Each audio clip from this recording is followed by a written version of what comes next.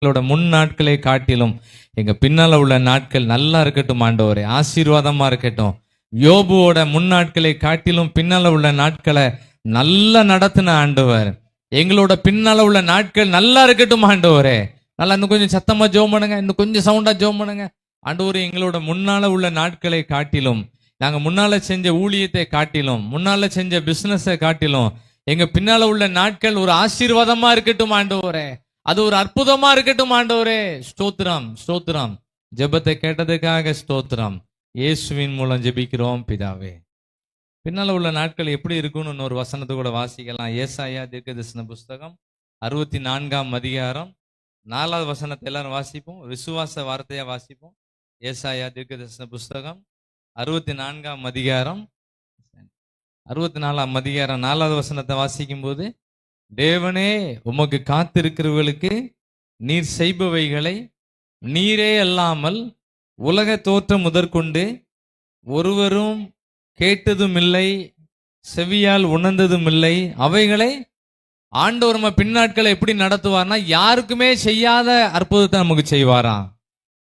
கொஞ்சம் பேர் தான் ஆமேன்னு சொல்லியிருக்கீங்க. சொல்லுங்க, எல்லாம் சொல்லுங்க. ஆண்டவர் நம்ம எவ்வளவு நாளா பொறுத்து பார்த்துட்டேன், நடக்கல, ஒண்ணுமே நடக்கல நினைச்சிடாதீங்க. எல்லாத்தையும் சேர்த்து லேட்டஸ்டா நடத்துவாரு. ஆமேன். நம்ம எல்லாரும் இவ்வளவு பேர் சேர்ந்து ஜெபிக்கிறது பரலோகத்துல பெரிய மகிழ்ச்சியா தான் இருக்கும். அதெல்லாம் நினைக்க கேட்டது எல்லாம் கிடைக்கும். இந்த ஜெபத்துல கேட்டது எல்லாத்தையும் ஆண்டவர் கிளைம் பண்ணுவாரு. எதெல்லாம் நீங்க கேட்கீங்களோ அவ்வளோத்தையும் கிராண்ட் பண்ணுவாரு. டிக் அடிச்சுக்கிட்டே இருப்பாரு. நான் அப்படிதான் நம்புவேன். கேட்கறதுக்கெல்லாம் டிக் அடிச்சுக்கிட்டே இருப்பாரு. சில இது பெண்டிங்ல இருக்கும், அதையும் சீக்கிரம் என்ன பண்ணுவாரு, டிக் அடிப்பாரு. நான் இப்போ ஆசிரியராக இருந்தாலும் கையை பாருங்க, அந்த திருத்த மாதிரியே கையை அப்படி போயிட்டு இருக்கு. அப்படின்னா அந்த டிக் அடிச்சுட்டே இருப்பாரு. ஒவ்வொரு ஜெப குறிப்பா பாஸ் பண்ணிட்டே இருப்பாரு. நம்ம ஜெபிக்கிற எல்லா ஜெபங்களுக்கும் ஆண்டவர் ஆச்சரியமான பதில் கொடுப்பார். இன்னொரு தடவை கூட வாசிங்க, 64ஆம் அதிகாரம் 4வது வசனம். இதெல்லாம் ஒரு தங்கமான வார்த்தைகள். இது இந்த ஜெபம் முடிஞ்ச பிறகு நீங்க எல்லாரும் ஜெபம் பண்ணுங்க. எங்கேயுமே நடக்காத அற்புதங்களை ஆண்டவர் செய்வாராம். வாசிப்போம் எல்லாம் சேர்ந்து. தேவனே உமக்கு காத்திருக்கிறவர்களுக்கு நீர் செய்பவைகளை நீரே அல்லாமல் உலக தோற்றம் முதற்கொண்டு ஒருவரும் கேட்டதும் இல்லை, செவியால் உணர்ந்ததும் இல்லை, அவைகளை கண்டதும் இல்லை. ஆமேன், ஆமேன். உம்மால் ஆகாத காரியம் ஒன்றுமில்லை.